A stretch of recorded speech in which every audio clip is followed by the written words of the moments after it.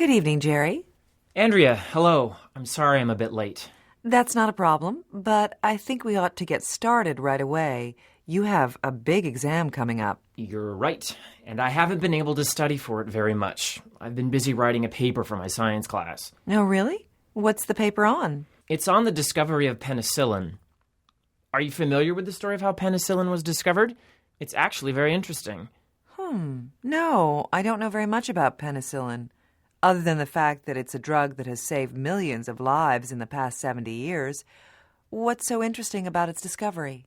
Well, it was an accident. Alexander Fleming wasn't even looking for an antibiotic when he noticed that this mold, what we now call penicillin, seemed to slow down the growth of bacteria. Imagine a discovery that important happening by accident. It is still one of the most widely used antibiotics in the world. It got me thinking about all sorts of inventions. How many of them were the results of accidents? Not only inventions, but discoveries and ideas. How often are they the result of some unexpected event or accident? The story of Sir Isaac Newton and the apple come to mind. They say he was just sitting under a tree enjoying a fine day when an apple dropped on his head. And that's when he developed the theory of gravity. Actually, I'm not sure if that's a true story, but I get your point. Well, how about more recently? Take the example of Charles Goodyear. The automobile tire company is named after him. He was working with rubber in the 1800s. He was trying to find a way to shape dissolved rubber under heat.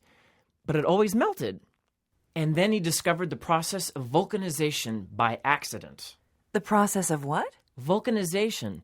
The process by which rubber is made strong and resilient through the addition of sulfur under heat and pressure. The rubber loses its stickiness, making it the perfect material for automobile tires and many other products. How did he make this discovery? Let me see if I can remember exactly. He had a mailbag that was lined with the dissolving rubber and some other material. I can't remember exactly what. Somehow, the bag fell onto a hot stove, and this time the rubber didn't melt. It charred, which was a great improvement. It turns out that there was sulfur in the other material on the mailbag, and so when the rubber was heated along with the sulfur, it was vulcanized. Did you know that Alexander Graham Bell was looking for a way to help deaf people when he accidentally invented the telephone? Wow. No, I didn't know that. You know, I wonder if that kind of thing still happens. I mean, major discoveries by chance. So many of the advances in science today happen in major laboratories run by corporations or governments or universities. It's hard to imagine helpful accidents in places like that where everything is so organized and well-planned.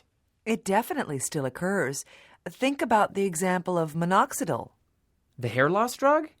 My father uses that. It was discovered by accident? It sure was. It was originally created as a medicine to treat high blood pressure. One, or maybe more than one, of the patients using it reported that he experienced hair regrowth. Then many other patients reported that they started to grow new hair, and soon the manufacturer began to market it as a hair loss drug. That's a great story. Well, we could trade stories like this for hours, but I think we need to start preparing for this exam.